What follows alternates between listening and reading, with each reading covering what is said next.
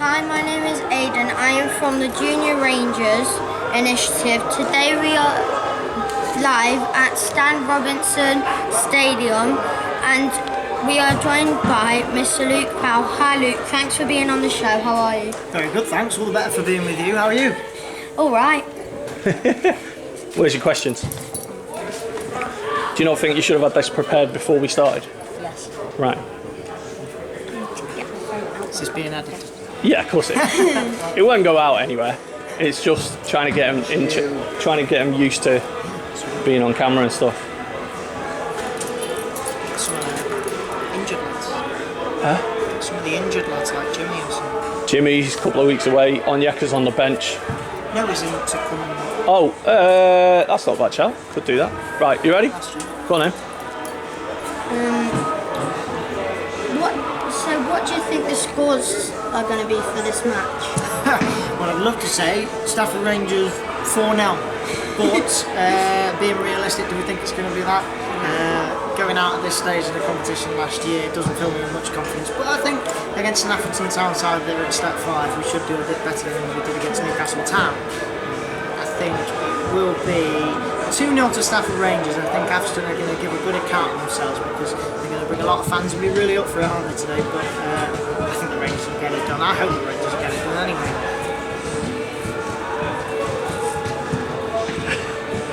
Go on then, carry on. So, do you think Cameron Belford should have got a red card last game? Unfortunately, yes.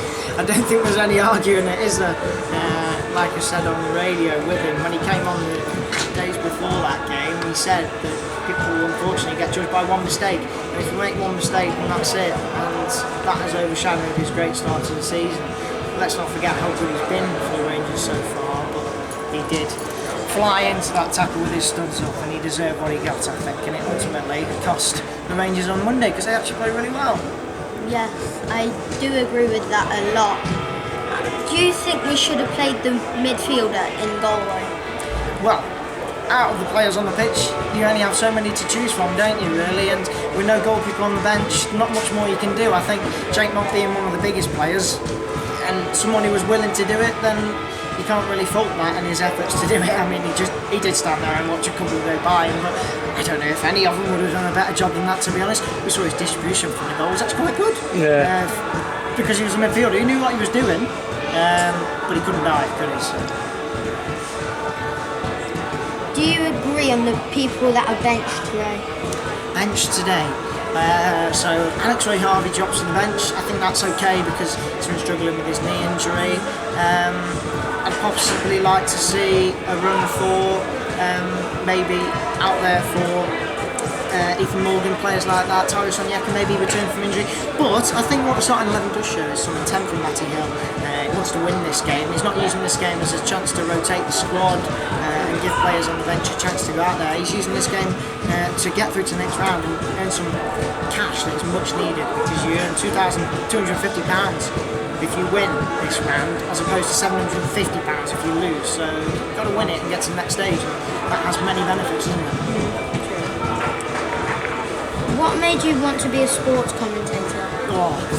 He came up with that one on his own. That's a great question.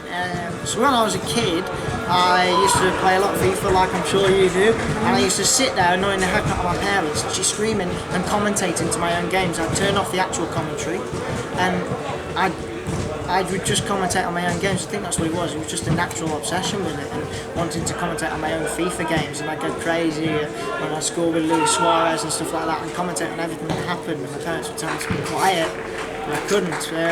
I've always wanted to be a commentator, really, looking up at some idols over the years. I've always wanted to be on 5 Live as well. So it's always been a dream since day one, really. Who is your current favourite player on our team? I shouldn't really be picking favourites, should I? I mean, there's many of them. I think Alex Ray Harvey has always been a firm favourite of mine. I think the work he does in midfield goes unnoticed a lot, but I've got to back the player that the media team sponsored, Tyrus Onyeka. I can't really not back the player that we don't sponsor. He's brilliant on the wing and I can't wait to see him back in action, but I love them all just as much as one another. Okay. Is that it? Yep. Right, so what do you say when you're finished? say thank you for the interview, thank you for listening, and enjoy the game, something like that. Yeah. Thank you, Shabby. I've noticed that thing dotting around. Thank you for being on the show. I hope you enjoy the game. And then shake my hand, and that's it.